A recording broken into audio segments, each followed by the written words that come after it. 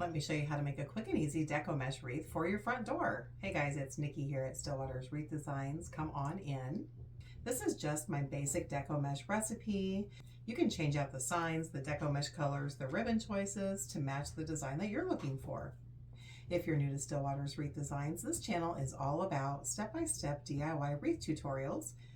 We've got new tutorials uploading every single week, so if you like that sort of thing, I would love for you to hit that subscribe button and join us. Okay, let's spin the camera around so you can see exactly what I'm doing.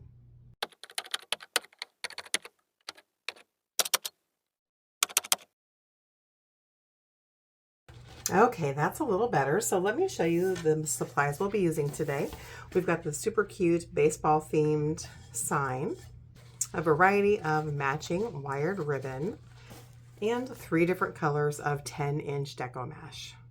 We'll be building this on a 15-inch work wreath frame. You can actually find this as a kit in my Etsy shop. I'll leave that link for you below. Go ahead and plug in your hot glue gun. The first thing we need to do is prep our sign. If you've bought a kit from me, this step will already be done. We need to add a couple of mounting brackets to the back of our sign so that we can attach it down into our wreath. These are just 1 inch by 1 inch square. They've got a heavy duty sticky tape on the back, and then the front, or the sides I should say, have 4 points of entry so that you can run floral wire, zip ties, or chenille stems through your attachments and anchor it down into your wreath. I'll leave a link for these below. Place 1 cable mount on each side of our sign. Just giving that a good hard push, and then I like to take my glue gun and just run a bead of glue all the way around that bracket for some extra stability. Then we'll sit this off to the side so that it can dry. I've grabbed my 15-inch work wreath form, which will be the base of our wreath today. And it comes to you just like this. There's 2 layers, the lower and the upper, and there are 18 sets of ties. These are the ties on your wreath base. So I like to just take those upper level ties and point them inward, and then those lower level ties outward. So it's basically going to look like a sunshine. Today we'll be doing the Deco Mesh Poof and Curl method. This is a really good method for good solid coverage and minimal fray. If you're new to working with Deco Mesh, guys, Deco Mesh loves to fray. So anything that we can do as designers to help prevent the fray is always ideal. I've just rolled out a bit of my Deco Mesh. The first thing I need to do is scrunch and gather my mesh. So I'm going to place my hands at the bottom edge of my mesh and then scrunch and gather that back into my hand. You'll have a little tail here, and we're just going to tuck that away to reduce that raw edge. You'll come to any set of lower level ties, open them into a wide V, take that Deco Mesh tail, place it all the way down to the base of that V, and give those ties a couple of tight twists. We'll be adding 10-inch poofs to the lower level, guys. So I've just grabbed a standard ruler. You're just going to place your ruler on that most recent set of ties that we've used. Come out to that 10-inch mark. No one's looking for perfection, guys. No one will be measuring. We're going to scrunch and gather our mesh into our hand. Give that a pinch. We'll come to that very next set of lower level ties. Take that pinch of mesh and place it all the way down to the base of those ties and give them a couple of tight twists. We've just made our first poof. We're going to add 10-inch poofs all the way around the lower level, and then I'll meet you back here. Now that we've added our last lower level poof, it's time to jump our mesh to the upper level. So we're just going to grab our mesh, pulling it tautly, no poofs at this point. We'll come to that closest set of upper level ties, open them into a wide V, bring our mesh behind that V, and anchor it down to the base. So you can see that's a nice taut piece of mesh. We'll give that a couple of tight twists, and we've just jumped our mesh from the lower to the upper level. So we're going to follow the poof method for the upper level. However, the upper level poofs will only be 8 inches. So I just grabbed my ruler.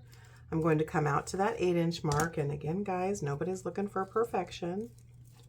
We'll scrunch and gather that mesh, We'll come to that very next set of upper level ties, open them into a wide V, and anchor our mesh all the way down to the base. And give it a couple of tight twists. So go ahead and add your 8-inch poofs all the way around the upper level, and I'll meet you back here. Okay, it's time to add our last upper level poof, and we're going to actually add that right on top of that set of ties where we anchored our mesh earlier. So we'll use our ruler to identify that 8-inch mark, scrunch and gather our mesh,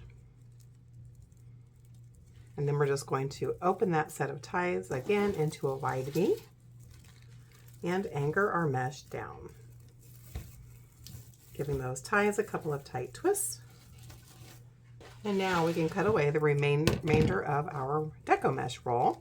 You'll want to be careful here, guys, so you don't accidentally cut something you don't intend to. I like to use my hand as a protective guide, and I place it between my poof and the mesh I want to cut.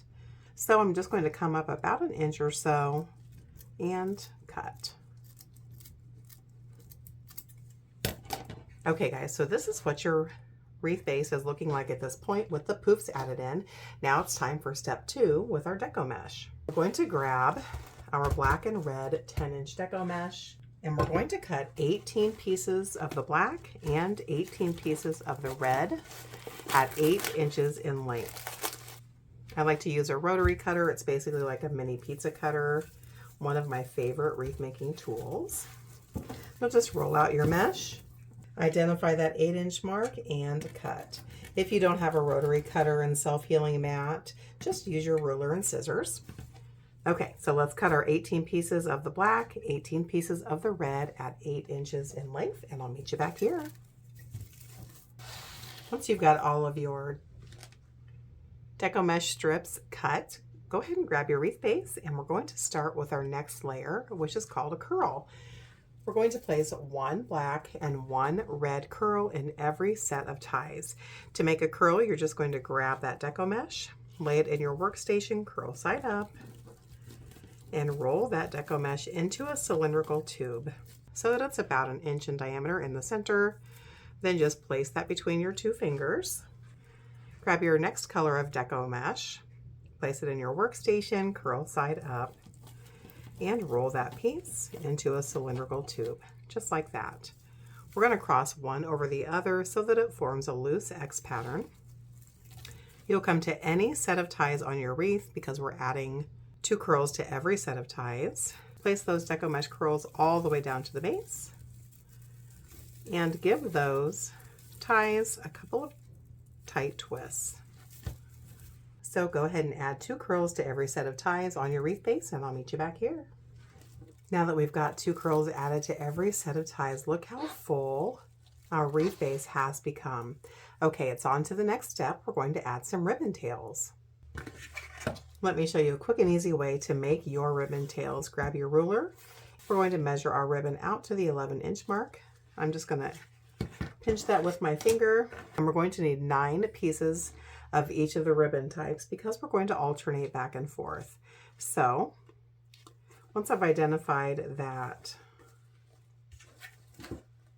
11-inch mark, I just fold my ribbon accordion style the total number of times for the pieces I need. So in this case, we're going to fold it over onto itself 9 times.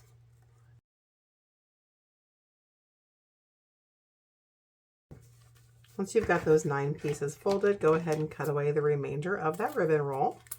Keep that ribbon folded in your accordion stack here, guys. And we're going to angle trim the ends. So I'm just going to grab part of my ribbon stack. I'm going to come down on that right-hand side about 1 inch or so and cut up diagonally to the corner. Keep a hold of your ribbon. And then we'll do that exact same thing on the other half. Know the strength of your scissors here, guys. Don't try to overload your scissors. Keep that folded together, flip that ribbon stack around, and we'll do the exact same thing.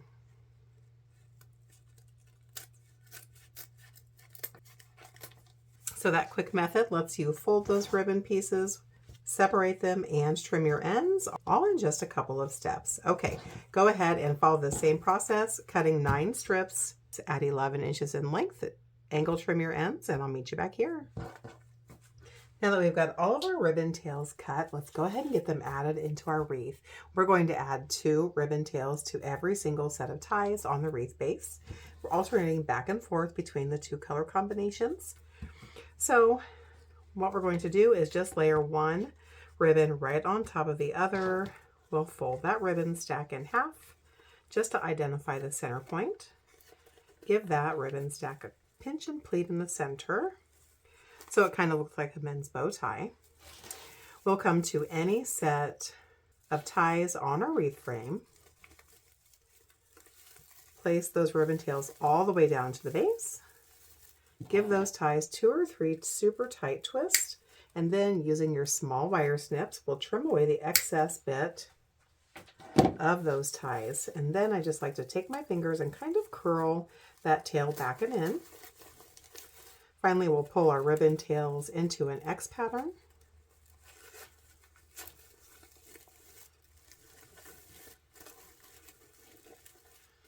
And move on to the next. Let's do one more set together and then we'll speed ahead.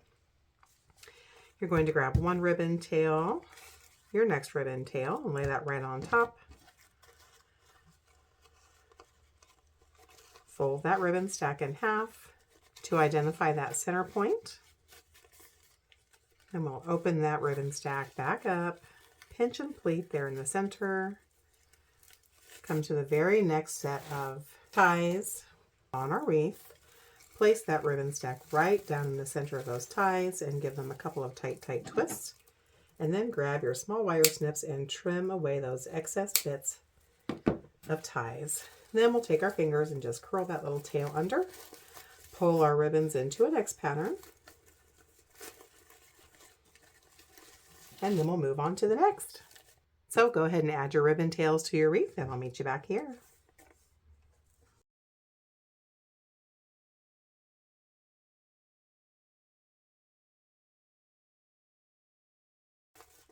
Now that we've got all of our ribbon tails added into our wreath, look how stinking cute this is coming along. Okay guys, we've got our last step, and that's to add our sign.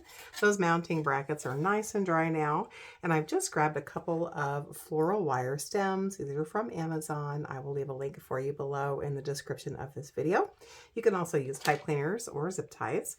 I'm going to fold that floral wire stem in half loosely just to identify that center point. And I'm going to run that right through those brackets. You guys, I like to use floral wire stems because they poke through that mesh nicely and it's less of a struggle. But you can use whatever you have on hand. Just giving those a couple of twists so they stay in place. I'm going to place my sign right in the middle. Just going to push those floral wire stems right down the center, right through the mesh. Then we'll flip it over and give them a couple of twists to secure them.